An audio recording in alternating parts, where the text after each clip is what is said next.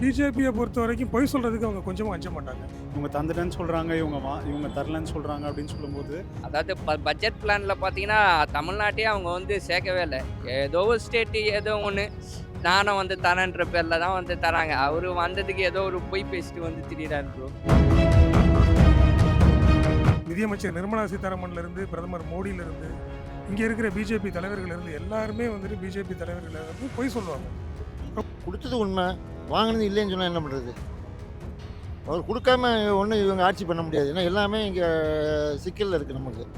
அப்போ அவங்க தந்திருக்காங்கன்னு சொல்கிறாங்களே, என்னைக்கு தந்திருக்காங்க, எவ்வளோ தந்திருக்காங்கன்னு சொல்லுங்கள். அதை சொல்லிட்டு நம்ம கிட்ட வந்து கேட்குறாங்கனாக்கா நம்ம டேரக்டாக நம்ம பிஜேபிக்கே வந்து இது சப்போர்ட் பண்ணலாம். பிரதமர் சொல்ல பொய், உண்மை சொன்னால் பரவாயில்ல, ட்ரூத் சொன்னால் பரவாயில்ல, பொய் சொல்லியிருக்காரு. அது யார் உள்ள இவங்க சாப்பிட்ட அமைச்சர் சாப்பிட்டாங்களா என்ன பண்ணாங்க தெரியல உட்காந்துட்டு. இல்லை இங்கே வந்திருக்காரு இல்லையா, அதுக்கு இவங்க ஏதாவது ஒன்று சொல்லுவாங்க. அப்புறம் கச்சத்தீவை மீட்டுத்தாங்கம்பாங்க.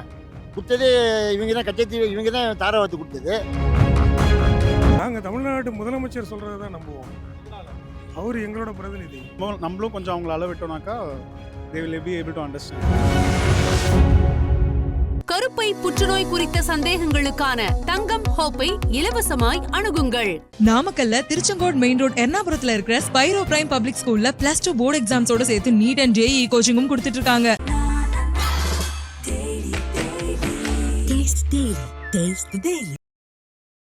பிரதமர் திரு மோடி அவர்கள் தமிழ்நாட்டு மக்களுக்கு கொடுக்க வேண்டிய பணத்தை 3 மடங்கு திருப்பி தமிழ்நாட்டுக்கு கொடுத்திருப்பதாக பேசியுள்ளார். அதை தொடர்ந்து தமிழ்நாட்டுடைய முதலமைச்சர் ஏற்கனவே வைத்த குற்றச்சாட்டுகளில் இருந்து தற்போது மாறாமல் தான் இருக்கிறார். இதை பற்றி நாம் மக்களிடம் கேட்டு தெரிந்து கொள்வோம். இது கிங் டிவி, நான் உங்கள் தமிழ்மார். நம்ம நாட்டுடைய பிரதமர் திரு மோடி அவர்கள் தமிழ்நாட்டுக்கு கொடுக்க வேண்டிய நிதிகளை நாங்கள் தொடர்ந்து கொடுத்துட்டே இருக்கோம். குறிப்பாக நான் 3 மடங்கு திருப்பி கொடுத்துருக்கேன் பணத்தை அப்படின்னு சொல்லியிருக்காருங்க. இது நீங்கள் எப்படி பார்க்குறீங்க? அதே நேரத்தில் தமிழ்நாட்டு முதலமைச்சர் வந்து வழக்கம் போல் கொடுக்க வேண்டிய நிதியை கொடுக்கறது இல்லை அப்படின்ற குற்றச்சாட்டு தொடர்ந்து வச்சுட்டு இருக்காரு. நீங்கள் இதை எப்படி பார்க்குறீங்க? இல்லை, இது நம்மளுக்கு டிரான்ஸ்பரண்ட்டாக ஒரு விஷயம் தெரியாத வரைக்கும் நம்மளால் இதில் எதுவுமே நம்மளால் சொல்லவே முடியாது. இவங்க தந்துட்டேன்னு சொல்கிறாங்க, இவங்க தரலன்னு சொல்கிறாங்க அப்படின்னு சொல்லும்போது if it is kept as like a transparent one, we will be able to understand things and how we can proceed it. அந்த மாதிரி தான் தெரியுது. இல்லை கவனமாக ஹேண்டில் பண்ணுறோன்ட்டு இல்லை, ஆப்வியஸ்லி இல்லை. இப்போ நம்மளுக்கு தெரியல, எனக்கு இப்போ நீங்கள் என்கிட்ட காசு கொடுத்துருக்கிறதே எங்கள் வீட்டில் பார்த்துருந்தாங்கனாக்கா அவங்க வந்து தெரிஞ்சிருக்கோம் அவங்களுக்கு வந்து நீங்கள் காசு கொடுத்துருக்கீங்கன்னு சொல்லிட்டு. நான் உங்களுக்கு காசு கொடுத்துருக்கேன்னு அவர் பார்த்துருக்காருனாக்கா அவர் என்கிட்ட வந்து நீங்கள் காசு கொடுத்துருக்கீங்கன்னு சொல்லுவார். வந்து தான் வரலையானே சொல்ல முடியாதுல்ல. அவங்க தந்திருக்காங்கனாக்கா இவங்க தரலன்னு சொல்கிறாங்கனாக்கா 2 பேருமே நம்ம வந்து பெரிய இடத்துல வச்சுருக்கோம். நாங்கள் தமிழ்நாட்டு முதலமைச்சர் சொல்றதை தான் நம்புவோம். they have to tell us. நாங்கள் தமிழ்நாட்டு முதலமைச்சர் சொல்றதை தான் நம்புவோம். அவர் எங்களோட பிரதிநிதி, தமிழ்நாட்டு மக்களோட பிரதிநிதி. அவர் சொல்கிறத நாங்கள் நம்புவோம். காரணம் என்ன அப்படின்னாக்க, அவர் வந்துட்டு ஏற்கனவே வந்து வெள்ள நிவாரணத்துக்காக அவர் கொடுக்க வேண்டிய பணம் வந்துட்டு பேரிடர் நிவாரணத்துக்கு கொடுக்கல. அதே மாதிரி இப்போ கல்விக்காக ஒதுக்கப்பட்ட தொகையை வந்துட்டு கொடுக்காம இருக்காரு. அது மட்டும் இல்லாமல் நம்மளோட ஜிஎஸ்டி வாங்குறாங்க, ஜிஎஸ்டியோட நிலுவைத் தொகை பாக்கி இருக்குது. இது எல்லாத்தையுமே பாக்கி வச்சுக்கிட்டு நாங்கள் கொடுத்துட்டோம் அப்படின்னு சொல்கிறாங்க. இல்லை அவங்க அதாவது பிஜேபியை பொறுத்த வரைக்கும் பொய் சொல்கிறதுக்கு அவங்க கொஞ்சமும் அஞ்ச மாட்டாங்க. பொய் சொல்கிறதுக்கு அவங்க அஞ்சவே மாட்டாங்க. அவங்க சொல்கிறது எல்லாமே பொய் தான். அவங்க நிதியமைச்சர் நிர்மலா சீதாராமன்லேருந்து பிரதமர் மோடியிலேருந்து இங்கே இருக்கிற பிஜேபி தலைவர்கள் இருந்து எல்லாருமே வந்துட்டு பிஜேபி தலைவர்கள் எல்லாருமே பொய் சொல்லுவாங்க. கல்வித்துறை அமைச்சர் தான் வந்து சொன்னார், ஹிந்தி கற்றுக்கலன்னா உங்களுக்கு நான் காசே நான் வந்து தரமாட்டேன்னாரு. அவர் எப்படி வந்து காசே இல்லை, நீங்கள் வந்து ஹிந்தி இல்லைன்னா நீங்கள் வந்து காசு இல்லை, புதிய கல்விக் கொள்கை நீங்கள் எடுக்கலைன்னா நான் காசே வந்து தரமாட்டேன் தான்னாரு. இப்போ எப்படி வந்து மோடி நாங்கள் வந்து நாங்கள் எல்லாருமே வந்து தரோன்றாங்க. அதாவது பட்ஜெட் பிளானில் பார்த்தீங்கன்னா தமிழ்நாட்டையே அவங்க வந்து சேர்க்கவே இல்லை. ஏதோ ஒரு ஸ்டேட்டு ஏதோ ஒன்று நானும் வந்து தரேன்ற பேரில் தான் வந்து தராங்க. அவர் வந்ததுக்கு ஏதோ ஒரு பொய் பேசிட்டு வந்து திடீராரு ப்ரோ. கொடுத்தது உண்மை, வாங்கினது இல்லைன்னு சொன்னால் என்ன பண்ணுறது? அவர் கொடுக்காம ஒன்றும் இவங்க ஆட்சி பண்ண முடியாது. ஏன்னா எல்லாமே இங்கே சிக்கலில் இருக்குது நமக்கு. இப்போ அந்த ஃபண்ட், அவர் கொடுக்குற ஃபண்டை அந்த எதுக்கு யூஸ் பண்ணணுமோ அதுக்கு யூஸ் பண்ணணுமா இல்லையா? அதுதானே மெயின். உங்களுக்கு நீங்கள் இலவசம் நீங்கள் பண்ணி வச்சுக்கிட்டு அவங்க கொடுக்குற ஃபண்டெல்லாம் நீங்கள் உங்களுடைய மேல்படி செலவழிச்சிட்டிங்கன்னா மக்களுக்கு போய் எப்படி சேரும்? கொடுக்கல அப்படிங்கிறதுக்கு இவர் இல்லைன்னு சொல்கிறாரு. சட்டப்படி நடவடிக்கை எடுக்க சொல்லுங்கள். கோர்ட் இருக்குல்ல, நான் வாங்கலைன்னு இவர் சொல்கிறாரு, அவர் கொடுத்தேங்கிறாரு. இப்போ யார் உண்மை சொல்கிறாங்க, இப்போ யார் பொய் சொல்கிறாங்கன்னு தெரியுங்களா? இல்லை இப்போ என்ன கேட்டிங்கன்னா, இதுக்கு முன்னால் வாயே திறக்கிறது கிடையாது. ஏதாவது ஒரு பிரச்சனைனா ஏதோ ஒரு பிரச்சனை எழுத்திக்க வேண்டியது. இப்போ வந்து மோடி வந்து ஸ்ரீலங்காவுக்கும் போகிறாரு, ராமேஸ்வரம் பாம்பன் பாலத்தையும் திறக்க வராரு. அப்போ இவங்க என்ன சொல்லுவாங்கன்னா, ஏதாவது ஒரு சாக்கு போக்கு வேணும்.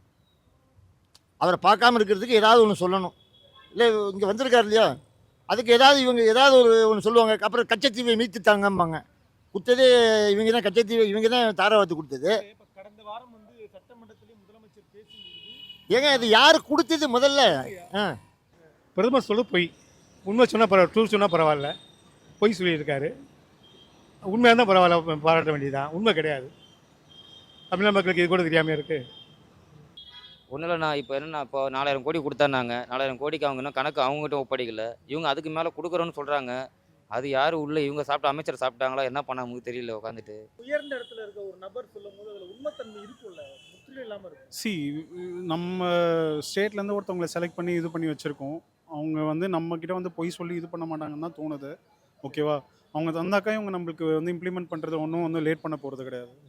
If it is given there it will be set it up as a policy for every one. Like அது தராத வரைக்கும் எதுவும் பண்ண முடியாதுல்ல இவங்களாலையும். இருக்கிற மணி வச்சு நான் அவங்க ஒரு லிமிட் வரைக்கும் தான் அதில் இது பண்ண முடியும். இஃப் தேர் அலோகேட்டட் என்னைக்கு கொடுத்தாங்க, எவ்வளோ கொடுத்தாங்கன்னு நம்மளுக்கு வந்து லைக் தர சொல்லுங்கள். இல்லை இவங்க வாங்கியிருக்காங்கனாக்கா என்னைக்கு வாங்கியிருக்காங்க, எவ்வளோ வாங்கியிருக்காங்க, இவங்களை காமிக்க சொல்லுங்கள். நாங்க வாங்குறது பிரதமருக்கு இது அழகா? ப்ரோ அவங்களுக்கு ரெண்டு விஷயம்.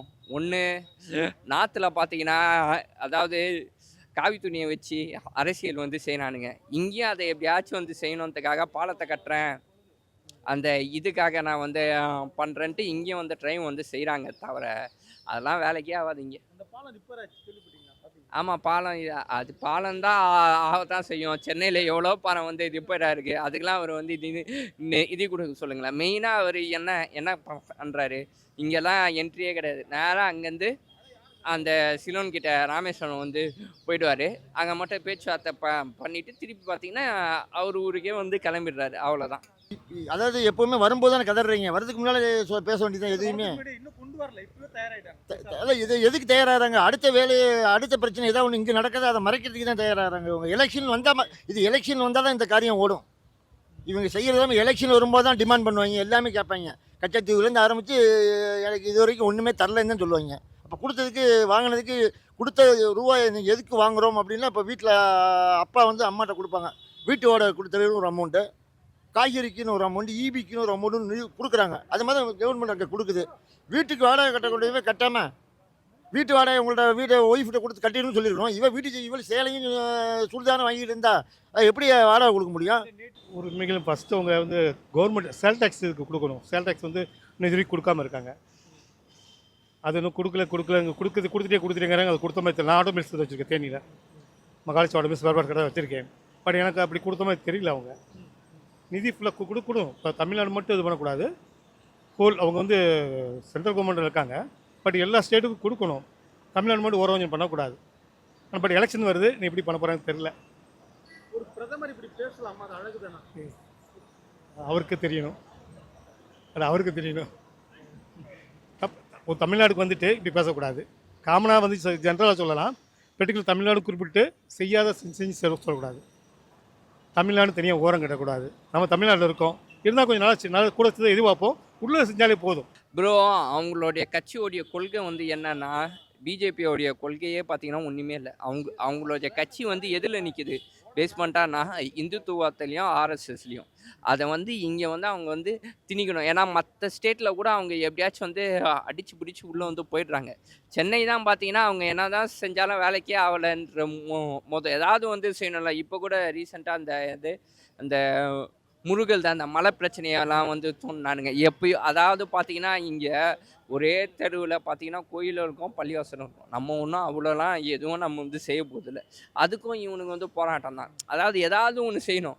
அதாவது சந்தானம் வந்து சொல்லுவா பாருங்க, அவனுக்கு ஊருக்குள்ளே யாராவது ஒருத்தர் வந்து நல்லா இருந்தால் தான் அவங்க கண்ணு கிருகிருன்னு வந்து உண்தோன்ட்டு அந்த மாதிரி ஏதாவது வந்து செய்யணும். ஏதாவது வந்து செஞ்சு எப்படியாச்சும் வந்து பிடிச்சிடணும், அவ்வளோதான். மற்றபடி வேறு எதுவுமே இல்லை. கண்டிப்பாக இவங்க வரமாட்டாங்கன்னு பிஜேபிக்கு நல்லா தெரியும். பிஜேபிக்கு இவங்களுக்கு ஏன்னா அவங்க டையப் ஏடிஎம் கூட வச்சுட்டாங்க. விஜய் வந்துட்டார். அவருக்கு வேண்டியது என்னென்னா இவர் இருக்க மாட்டாருன்னு நல்லா தெரியும். இவருக்கு நிதி கொடுத்து பிரயோஜனம் இல்லை. ஏன்னா அடுத்த ட்ரிப்பு வரப்போகிறதும் இல்லை. எதுக்கு பைசா வேஸ்ட் பண்ணணும்னு நினச்சிருப்பாரு. ஏன்னா விஜய் தனியாக ஓட்டை பிரிச்சுருவார், ஏடிஎம்கே தனியாக ஓட்டை பிரிச்சிடும், டிஎம்கே பிரிச்சிடும். இப்போ இவங்கள்ட்டேருந்து கண்டிப்பாக ஓட்டு பிரியும். டிஎம்கே ஓட்டு மாத்திரம்தான் இருக்கும். டிஎம்கே ஓட்டு மாறவே மாறாது. மிச்சம் இதுலேருந்து மாறி டிஎம்கேக்கு போன வருஷம் வந்தாங்களா, அவங்களாம் இப்போ ரிட்டர்ன் ஆயிடுவாங்க. அப்போ தான் அவங்களுக்கு கூட்டு ஆட்சி தான் வரும். தனிப்பெருமையாக யாரும் ஜெயிக்க முடியாது. விஜய் ஏடிஎம்கே கூட்டு சேரலாம்னு என்னுடைய கணிப்பு. குறிப்பாக தமிழ்நாடு ஓரம் கட்டுறதுக்கு ஒரு காரணம் இருக்குங்க. அது என்ன காரணம்? அதான் தமிழ்நாட்டில் இப்போ பிஜேபி ஒன்றுமே வரல. தமிழ்நாட்டில் பிஜேபி ஒரு எம்எல்ஏ கூட இல்லை, இது வரைக்கும் வரல. இனி வருதான்னு தெரில. செஞ்சால் தான் அவங்க சொல்லக்கூடாது, செய்யணும். இப்போ தமிழ்நாடு முதல்வர் சொல்கிறாரு, சொல்வதை செய்வேன் சொல்லாதும் செய்வேன்கிறாரு. அதுவும் அவங்க சொன்ன செஞ்சால் தான் நல்லாயிருக்கும். குறிப்பாக தமிழ்நாட்டில் இருக்கவங்க வந்து அழுதுகிட்டே இருக்காங்க, பணம் கொடுக்கலன்னு தான் சொல்லியிருக்காரு. அது யார்? ஆமாம், இப்போ வந்து இது வந்துச்சு, புயல் 2-3 புயல் வந்துச்சுல. இப்போ ஒன்றும் இல்லை, வேலை சரியாக இதாகிடுச்சு. இது வரைக்கும் நிதி கொடுக்கல. மெயின் கொடுக்கணும். வேறு ஸ்டேட் கொடுத்துருக்காங்க. வேறு பஞ்சாபுக்கு, ஊபி, உத்தரப்பிரதேசுக்கு நிறைய செஞ்சுருக்காங்க. பீகார் மெயினாக பீகார் வச்சுக்கிங்க. பீகாருக்கு நிறைய செஞ்சுருக்காங்க. இப்போ வந்து ஒன்றும் இல்லை, சேல் டேக்ஸ் நம்ம வந்து நிறையா கொடுக்குறோம். சேல் டேக்ஸ் வந்து 9+9 18+14 வாங்குறாங்க. ஆட்டோமேஷன் நிறைய கொடுக்குறோம். கொடுத்த வந்து நமக்குள்ளே சேர கொடுக்கணும். அது சுத்தமாக கொடுக்க என்ன அர்த்தம்? இப்போ இந்த தூத்துக்குடியில் பிரச்சனை ஆச்சு, அதுக்காக சேர அவங்க கொடுக்கவே இல்லை, அமௌண்ட் கொடுக்கவே இல்லை. கொடுத்தா நமக்கு நல்லாயிருக்கும். இப்போ இவங்க என்ன செய்வாங்க?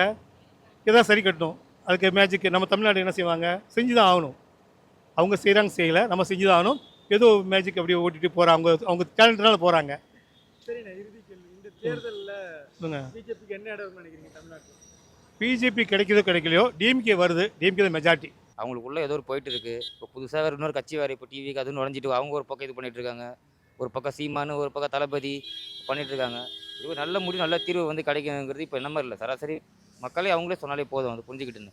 கொடுத்தது உண்மை. அதெல்லாம் சொல்லுது, அவங்க கொடுத்தாங்க, கொடுக்கல அது நம்மளுக்கு தெரியல. அது அவங்களுக்குள்ள அரசியல், அவங்களுக்குள்ள அவங்க கொடுத்தேன்றாங்க. இவனை வாங்குறோன்னா இப்போ வந்து கஜனாவில் பணம் இல்லை, எங்களால் வந்து எதுவுமே செலவு பணம் மக்கள் கொடுக்க முடியல. 1000 ரூபாய் தொகைன்றாங்க மகளிர் உதவி, கஜனாவில் பணம் இல்லைன்றாங்க. இப்போ பொங்கலுக்கும் அவங்க எதுவும் பண்ணலை. இப்போ என்ன சொல்கிறேன்னா, இப்போ அவர் கொடுத்தாங்கிறாரு, இவர் வந்து கொடுக்கலங்கிறாரு. இதுக்கு முன்னாடி அந்த 4000 கோடி அவர் என்ன பண்ணாரும் அதுக்கும் அவர் கணக்கு சொல்லலை. அதுதான், வேறு ஒன்றும் இல்லை. இப்போ திடீர்னு பிரதமர் வந்து நான் அதுக்கு மேலே 3 மடங்கு கொடுத்தேன் அப்படின்னு அவர் சொல்கிறாரு. இவர் வந்து அதை ஒத்துக்க மாட்டேங்கிறாரு. ஏன்னா இதுக்கு முன்னாடி வந்து அவர் என்ன சொன்னார்னா, 4000 கோடிக்கு நீங்கள் கணக்கு முதல்ல கொடுங்க, அதுக்கப்புறம் உங்களுக்கு நான் தேவைப்பட்டதை நாங்கள் வந்து இது கொடுக்குறோம் அப்படின்னு சொன்னாங்க. ஆனால் அவங்க கொடுத்தாங்களா கொடுக்கலையாங்கிறது மேலே ஆண்டவனுக்கு தான் தெரியும். மாநில அரசும் சரி, மத்திய அரசு எல்லாமே சேர்ந்து தான் பண்ணுறாங்க. இதுக்கு ஒரு நல்ல தலைவர் வருவாங்களா தான் பார்த்துட்டு இருக்காங்க. ஒருத்தவங்க போட்டி போட்டுட்டு நீ பெரியவனா நான் பெரியவனா தான் பார்க்குறாங்க தவிர மக்கள் யாரும் பார்க்குறதில்ல. எங்களுமே ஆளுங்களையும் பார்க்குறதில்ல. வரி பணம் ஏறி போச்சு, எல்லாமே மெட்ரோ தண்ணி எல்லாம் குடி தண்ணி வரது இல்லை, ஆனால் வரி கட்டுறோம். அந்த மாதிரி தான் இப்போ போயிட்டுருக்கு. நான் என்ன பண்ண முடியும் சொல்லுங்கள்? அப்போ அவங்க தந்திருக்காங்கன்னு சொல்கிறாங்களே, என்னைக்கு தந்திருக்காங்க, எவ்வளோ தந்திருக்காங்கன்னு சொல்லுங்கள். அது சொல்லிட்டு நம்ம கிட்ட வந்து கேட்குறாங்கனாக்கா நம்ம டேரெக்டாக நம்ம பிஜேபிக்கே வந்து இது சப்போர்ட் பண்ணலாம். குறிப்பாக ஒரு வார்த்தை பிரதமர் பயன்படுத்துறாங்க, திருப்பி அழுதுட்டே இருக்காங்க தமிழ்நாட்டில் இருக்காங்க, பணம் கொடுக்கல. அவங்களுக்கும் அழுதானாக்கா தெரிஞ்சிடும். நம்மளும் கொஞ்சம் அவங்கள அளவிட்டோம்னாக்கா they will be able to understand. கருப்பை புற்றுநோய் குறித்த சந்தேகங்களுக்கான தங்கம் ஹோப்பை இலவசமாய் அணுகுங்கள். நாமக்கல்ல திருச்செங்கோடு மெயின் ரோட் எர்ணாபுரத்துல இருக்கிற ஸ்பைரோ பிரைம் பப்ளிக் ஸ்கூல்ல +2 போர்டு எக்ஸாம்ஸோட சேர்த்து நீட் அண்ட் ஜேஇ கோச்சிங்கும் கொடுத்துட்டு இருக்காங்க.